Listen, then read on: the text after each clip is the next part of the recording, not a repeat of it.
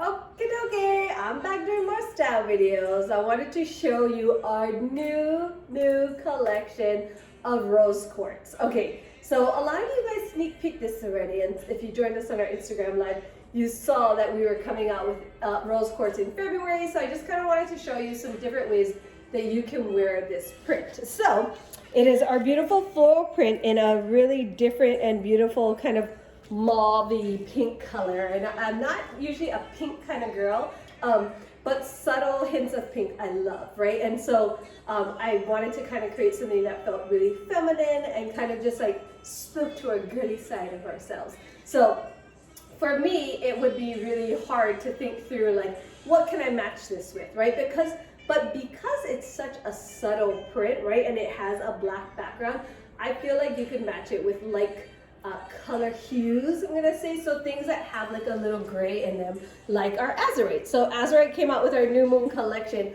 but I love to mix this beautiful blue with the rose quartz. So I think this is a really cute and fun sporty look. It's really warm in Hawaii right now, so we are wearing shorts and t-shirts, I'm sorry. And I would throw on white shoes, tennis shoes, slippers, sandals, whatever you kind of wanted to, and this is your like go around town holo holo outfit, right? So this is a great look. This is our Ella and Azurite with our Koko Head shorts in the rose quartz.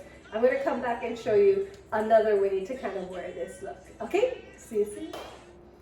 Okay, I'm back with the rose quartz Koko Head short, and I threw on a more like typical matching top, right? You would definitely put black with this, but I wanted to show you how to wear it with our beautiful Charlie. This has become like my favorite tank top, you guys, because it flatters really well, and it's a little shorter, so I love to kind of pair it with different things.